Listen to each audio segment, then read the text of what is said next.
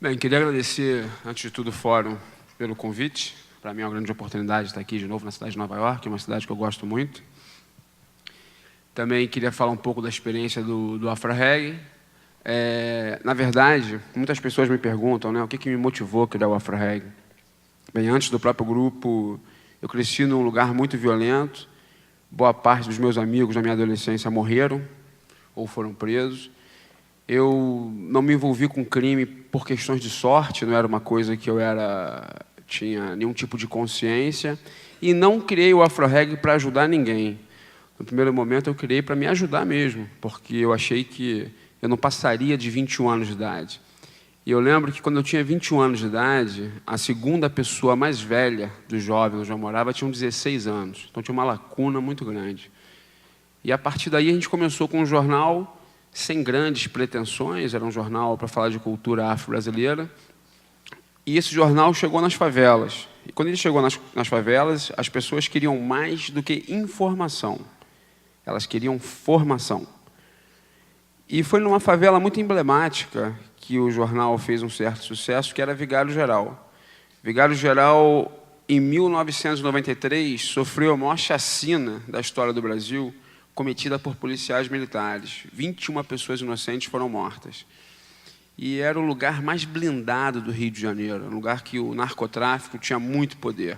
Vocês terem uma noção hoje sobre o narcotráfico no Rio de Janeiro, o próprio John, que está aqui, né, da New Yorker, esteve conosco ano passado, fazendo matérias, inclusive sobre o Rio de Janeiro, sobre o narcotráfico também.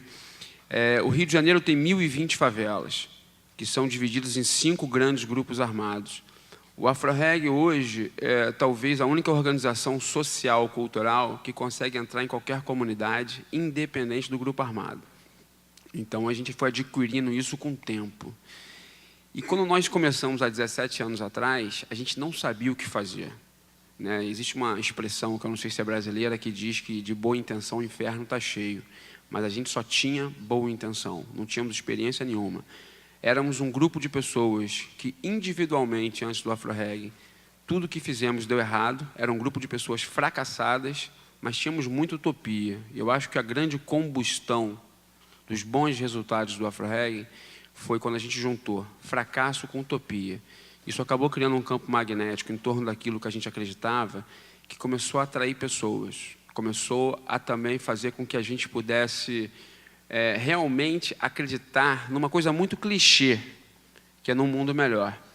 Eu, particularmente, não estudei, né? Eu só tenho o ensino fundamental, e comecei a aprender muito na prática, na rua, conversando com algumas pessoas. Tive muita sorte também de ter tido bons mestres, né? Eu sempre tive muita dificuldade de ler, mas não de ouvir. E, a partir daí, a gente começou o trabalho do Afro-Reggae, um trabalho que hoje tem 74 projetos. Nós atuamos nas favelas mais violentas do Rio de Janeiro. Tem até aqui um PowerPoint aqui, pode passar, Beto. A gente, inclusive, 17 anos depois, criamos alguns produtos. Tem até um filme chamado Favela Rising, que é um filme que conta a história de um integrante do Afro-Reggae que participou aqui do Festival de Tribeca, foi premiado, ganhou 36 prêmios internacionais. Por mais que esse filme ele conte a história do Afro-Reggae, ele é um filme americano, foram 2 diretores americanos. E a gente também criou uma experiência nova, que é a da sustentabilidade. Inclusive, esse último item, que essas camisas aqui, foram licenciadas por uma grande empresa brasileira, que é a Hering, né? Então, hoje a gente também busca não só ter relações de patrocínio, mas também ter relações que possam gerar a nossa autonomia financeira. A gente utiliza muito, para entrar nessas áreas de guerra, a cultura, né? A música, o circo, dança e teatro. E a gente tem conseguido números hoje muito grandes, né? A cultura no Brasil, ela tem uma atitude muito inovadora, né? Boa parte da revolução social e política brasileira, nos últimos 40 anos, passou muito pelo aspecto musical, teatral, cultural, o próprio tropicalismo mesmo. Gilberto Gil, Caetano, Torquato Neto. A gente, inclusive, é filhos desses caras, né? A gente acaba sendo uma geração desses caras. Então, a cultura no Brasil e no mundo também, ela consegue interagir muito nessa questão de você poder politizar as pessoas e, principalmente, você mediar situações de conflito. Isso aqui são eventos que nós fazemos nas favelas. Vocês terem uma noção, isso aqui é uma favela que muitas pessoas não imaginam, mas é uma favela que tem muita violência, e a violência para. O próprio narcotráfico, ou mesmo qualquer grupo armado, eles param para ter intervenção musical, cultural, que a gente desenvolve, e nesse caso aqui foi com o governo do Estado do Rio.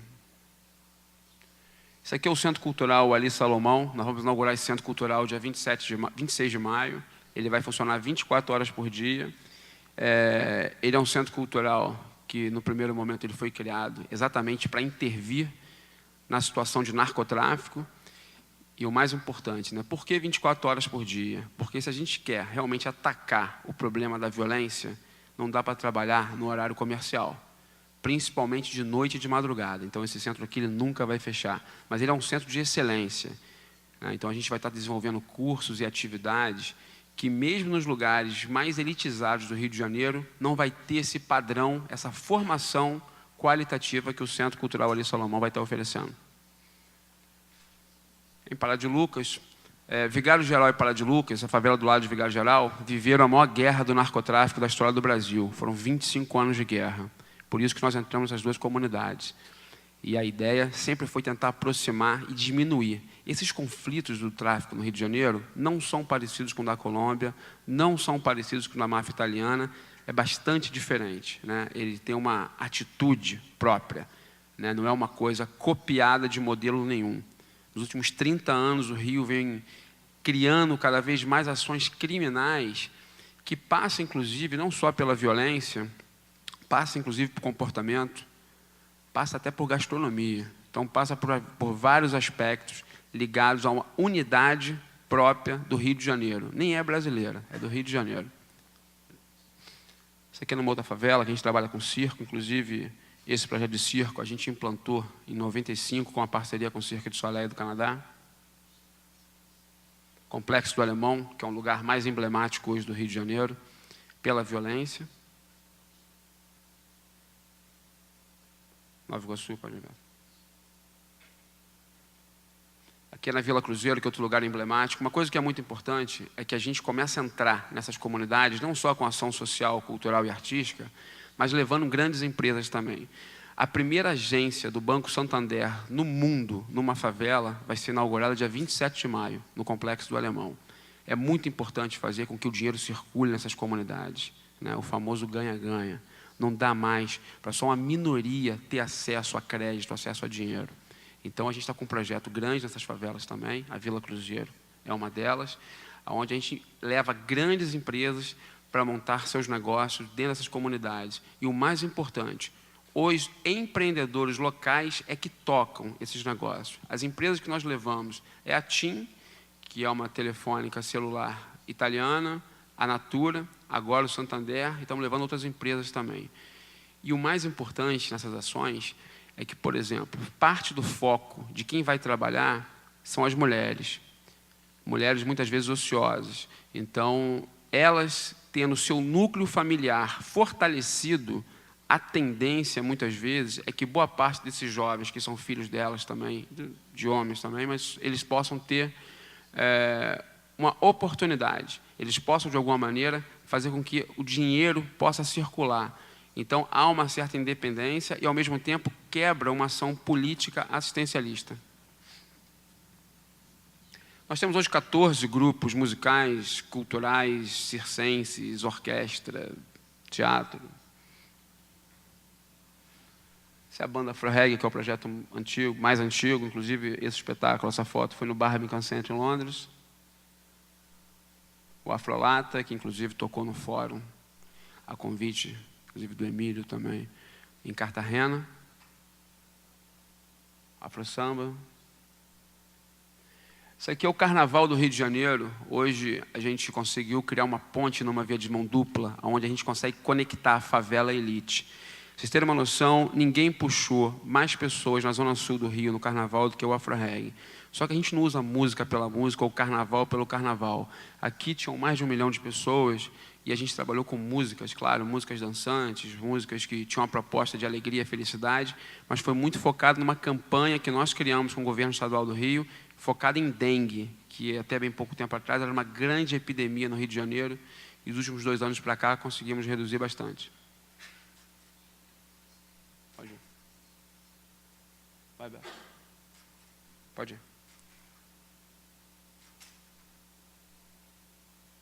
Esse é o grupo de teatro que também trabalha com a questão da dengue. Bem, eu vou fugir do PowerPoint, porque o PowerPoint está muito devagar e eu prefiro ir falando mesmo assim. Então, o que acontece? A gente tem hoje uma ação que é uma ação transformadora. Aquelas pessoas que ninguém quer trabalhar é o público que o AfroReg quer trabalhar. Ou seja, o traficante e o ex-presidiário. Né? A gente hoje também trabalha nos presídios do Rio de Janeiro. Então, assim, pessoas que não têm esperança, que não têm autoestima, são as pessoas que são o nosso foco fundamental. Cada vez mais dando oportunidade, cada vez mais criando novos empreendedores, cada vez mais mostrando que há luz no fim do túnel. Então, assim, nós não somos um grupo que faz o discurso da derrota ou do pessimismo, mesmo falando muito de violência, de criminalidade, até na minha fala aqui, mas o Rio de Janeiro hoje, que é a cidade que eu moro, é a cidade onde o AfroReg tem seus projetos, ela mudou bastante, né? Tem muitas ações, inclusive, transformadoras, algumas inclusive copiadas ao modelo de Medellín, Bogotá, outras criadas pelo próprio Rio de Janeiro. Agora, o que a gente considera mais importante é mostrar que é possível mudar, é mostrar que é possível transformar. O próprio AfroReg mesmo, nós temos ações na área de comunicação, televisão, programas de rádio, mas o mais que a gente considera mais estratégico é você juntar pessoas de classes sociais diferentes, com culturas diferentes, com visões diferentes. Cada vez mais você conseguir diminuir a segregação que existe. Existe um problema racial no Brasil, existe um problema racial no Rio de Janeiro, mas existe um problema muito maior que é o social. Então, quando você consegue juntar grandes empresas, veículos de comunicação, pessoas que foram envolvidas na criminalidade, numa proposta única, aí você tem uma ação que pode ser, de fato, catalisadora e transformadora. Bem, meu tempo aqui eu sei que não é muito longo, já passamos um vídeo já, e não sei se alguém tem interesse em fazer perguntas, que ainda tem um tempo ainda, e eu estou à disposição.